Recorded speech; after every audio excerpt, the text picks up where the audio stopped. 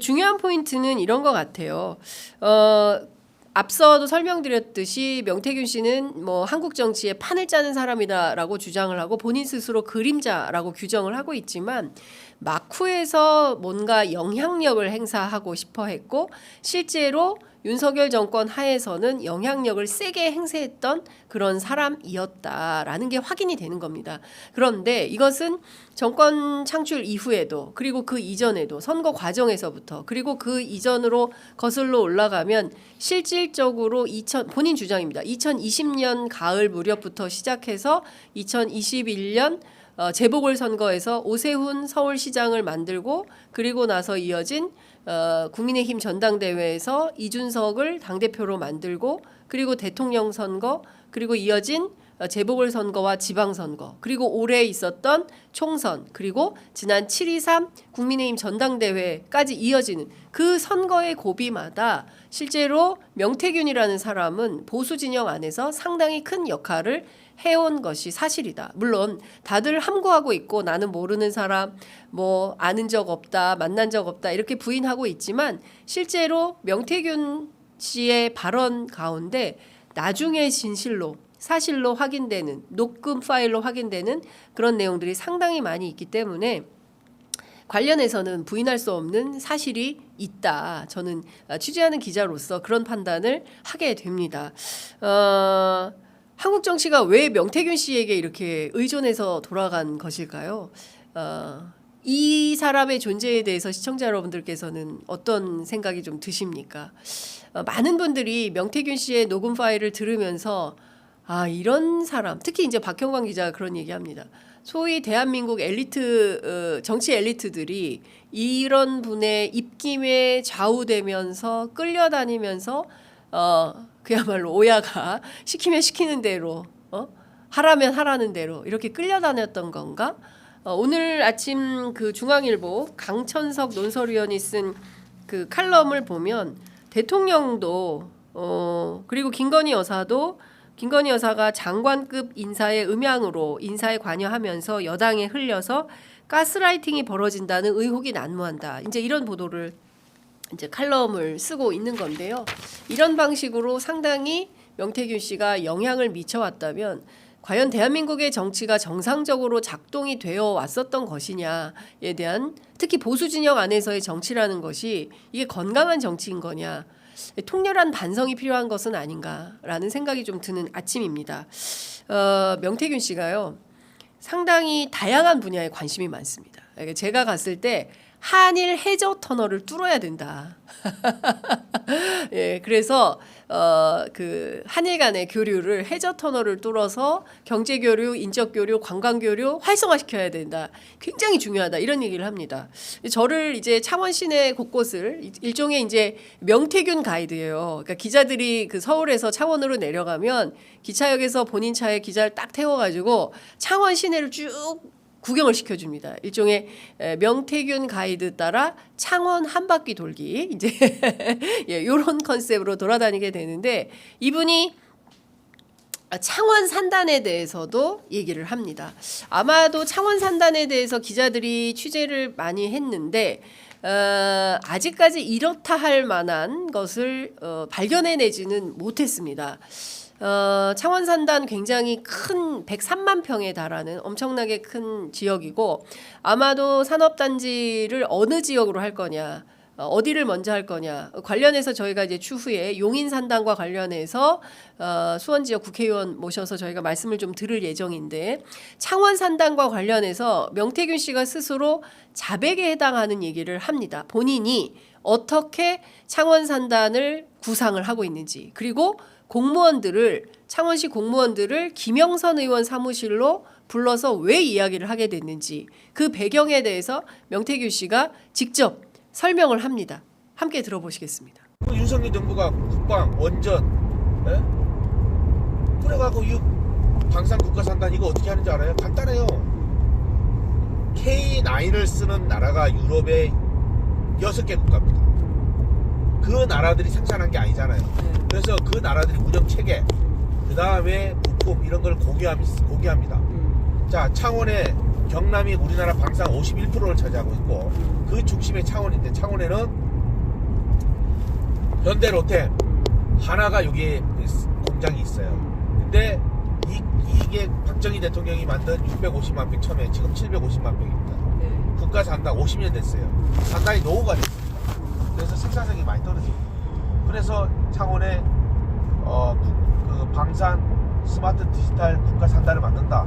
그러면 그 나토 회원국들이잖아요. 네. 지금 독일에다가 전차를 10대를 주문하면 5년 뒤에 나와요. 5년 뒤에. 예, 생산이 안 돼요. 그럼 우리나라한테 주문을 해봐요.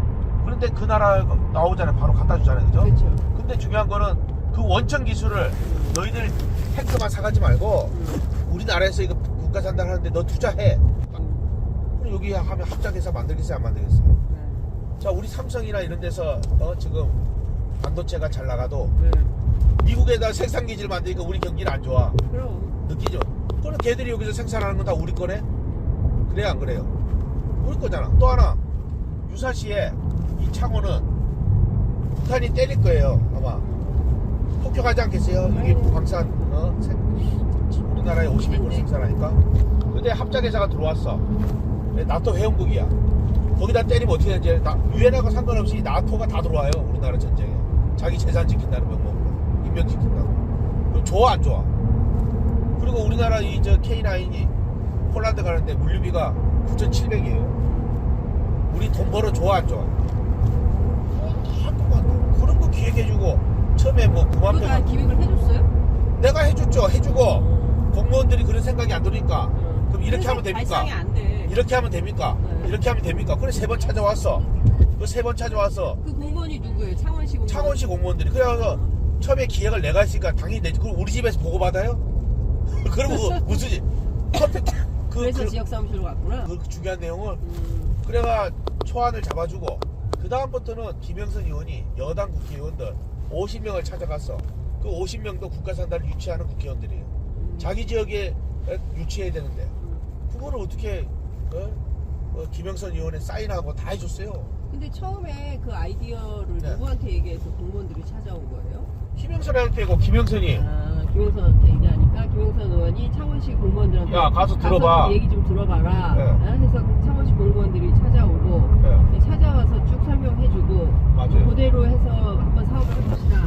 이렇게 해서 기획을 여기 있네. 했는데 여기 사진 다들 정진석, 정우태 이런 사람들이 다 사인한 거 아니에요? 다 이 사람이 50명이에요. 이 집권 여당에. 네. 응? 네. 그리고 여기 토지 거기 있는 이장들한테 50명이 넘는 사람은 다 사인 받아서 저런 여기 들어와도 우리 반대 안 하겠다. 어떠셨습니까? 일종의 명태균 씨의 경남 발전, 창원 발전 그랜드 플랜이 있었구나 라는 생각을 저는 했습니다.